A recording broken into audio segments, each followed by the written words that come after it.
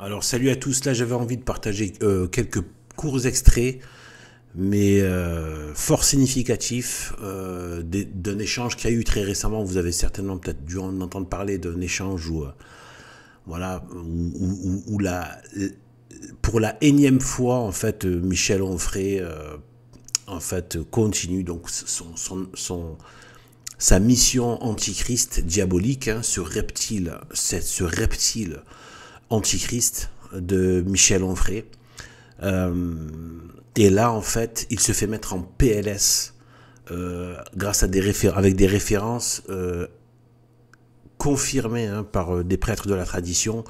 C'est réel. Et en fait, souvent, il n'a personne en face. Il a que des gens du système, donc qui le regardent avec des yeux de merlan-frit déblatérer sa crasse. Ou alors ils lui mettent des gens qui sont voilà. Et même quand ce sont des gens qui ne sont pas formés et qui sont en face de lui, vous avez en général l'animateur qui appuie l'antichrist, forcément, puisqu'ils sont ils sont du même monde et du même bord satanique. Eh bien, en fait, voilà, donc du coup, voilà, donc Michel Onfray, il faut pas oublier une chose, c'est que, il l'a dit lui-même, hein, il a un ami rabbin, donc il a un ami talmudiste, un chef talmudiste, un ami rabbin. Et on sait, en bon antichrist gauchiste qu'il a toujours été, et qu'il a pas renié, bien au contraire, il passe son temps à le confirmer, sa haine de la vérité catholique et de l'autorité catholique, de l'autorité de l'Église. Eh bien, il n'a que du fiel et du venin contre les prêtres. Par contre, il a, entre guillemets, ami rabbin, talmudiste, donc. Eh bien, j'ai bien envie de remplacer le mot ami par maître. Voilà, il est allé, il va faire il va ramper auprès de son maître. Et voilà. Donc voilà, par contre, mais du coup là, il est très embêté parce que justement, ce sont des références juives, enfin juives. J'aime pas trop ça, des références de talmudistes. Donc dans le Talmud, etc. Et donc il y a aussi un deuxième intervenant. Alors lui là qui apparaît à l'écran, lui, je vous dis, il faut absolument pas manger de sa soupe, hein. Lui, j'étais tombé, je me suis un petit peu penché sur son cas, pas trop, mais j'ai vu que c'était un gnostique. Il s'est inventé un délire une christologie à lui, c'est-à-dire un peu comme souvent des intellos entravés, hérétiques, qui se mettent à réinventer une christologie. Donc tout ça, c'est de la bouffonnade et ça ressemble à de la gnose. Donc lui, sur le plan de la foi, il faut surtout pas l'écouter, garder une grosse méfiance. Ce Jean Stone là, et qui apparaît là, qui est chauve là. Voilà, donc en fait, voilà, donc lui, il faut vraiment pas prendre le reste. Mais juste là, il donne les références, lui et le monsieur qui vient après, donnent des références qui mettent Michel Onfray enfin sur un plateau qui est mis en PLS. Et voilà, et donc ça fait du bien, il était temps, voilà, sachant que voilà, il a déjà été mis en PLS en long, en large et en travers, et bien plus que ça, mais bien plus fort et bien plus puissant que ce qu'on va voir là, par l'abbé Rihoult. L'abbé Rihoult l'a dézingué, mais il n'a jamais répondu, ce Michel Onfray, parce qu'il n'est pas là pour répondre. C'est ça la logique entre guillemets du débat et du pseudo-débat, pseudo-dialogue. Le but, c'est juste de faire de la propagande, de pervertir, de souiller, de dégueulasser et de partir. Voilà, c'est ça, c'est pas d'être dans l'honnêteté, etc. Sinon, il aurait répondu. Tu as un prêtre de la tradition qui te répond en plusieurs vidéos, qui démonte point par point ce que tu as dit. Si tu étais dans la loyauté, tu ferais une réponse, soit tu reconnais tes erreurs, voilà, voilà. Donc là, de toute façon, il ne peut que reconnaître ses erreurs parce que l'abbé Rihoult l'a détruit, a détruit toute sa bêtise, toute sa bêtise venimeuse, la bêtise bête et méchant de l'antichrist gauchiste bête et méchant. Il l'a détruit, et menteur et calomniateur aussi, hein, et accusateur par calomnie.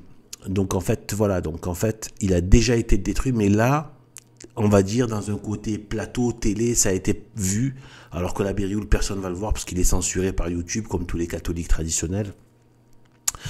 et par tous les médias. Donc voilà. Donc, mais là au moins ça a donné une caisse de résonance un peu plus frappante.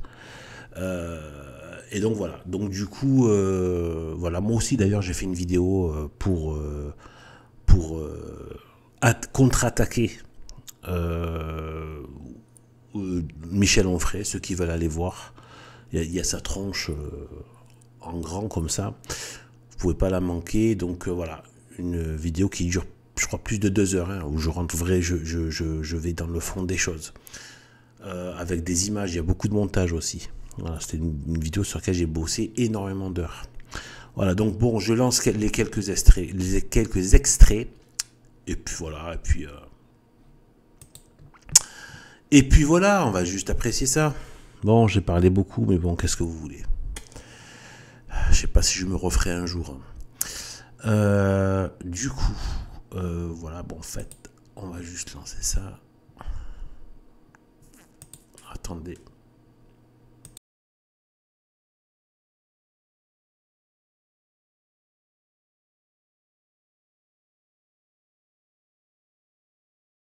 Preuve, c'est tout simplement, et vous le connaissez puisque vous citez, mais il y a la meilleure preuve, c'est tout simplement, et vous le connaissez puisque vous citez le Talmud, c'est le texte du Talmud qui ne peut pas, voilà, parce que avoir été écrit par un chrétien, ou interpolé, comme on dit aujourd'hui, pour une raison très simple, c'est qu'il dit que Jésus est quelqu'un de détestable, d'abominable, etc., et qu'on a bien fait de le tuer. Il donne, attendez, laissez-moi parler, il donne le détail. On l'a tué la veille de Pâques, c'est très précis. Et ce texte-là est un texte du IIe siècle, quand il y a des grands, bien sûr, quand il y a les grands-pères des gens qui écrivent ce texte ont vécu à l'époque de Jésus. Donc si Jésus n'avait pas existé, le premier à le dire, c'était les Juifs, qui diraient « Attendez, mais c'est une blague ce Jésus, mon grand-père vivait à cette époque, il n'a jamais existé. » Or, ils le disent que Jésus, non seulement il a existé, mais on l'a tué, on a bien fait de le tuer. L'existence des chrétiens. Qu'est-ce que vous dites de l'autre texte de Flavius Joseph que personne ne songe à accuser d'interpolation de copie, quand il dit au passage que le fils du grand prêtre Anne a tué Jacques, le frère de Jésus, appelé le Christ. Eh bien ça, c'est une preuve encore de l'existence du Christ par l'existence de Jacques, frère de Jésus, appelé le Christ. On ne peut pas débattre mais avec... Voilà. En ce qui concerne le traité du Sanhédrin, en effet, il est dit, on pendit au bois de la croix, sous-entendu, Yeshua le Nazaréen, la veille de la Pâque, pour avoir pratiqué la sorcellerie et égaré Israël. Bon.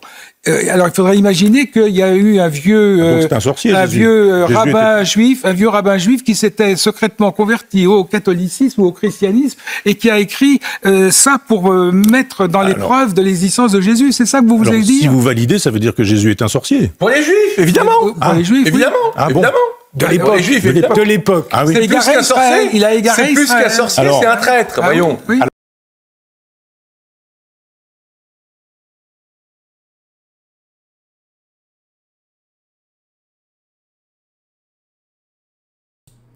Voilà, c'était tout. À plus.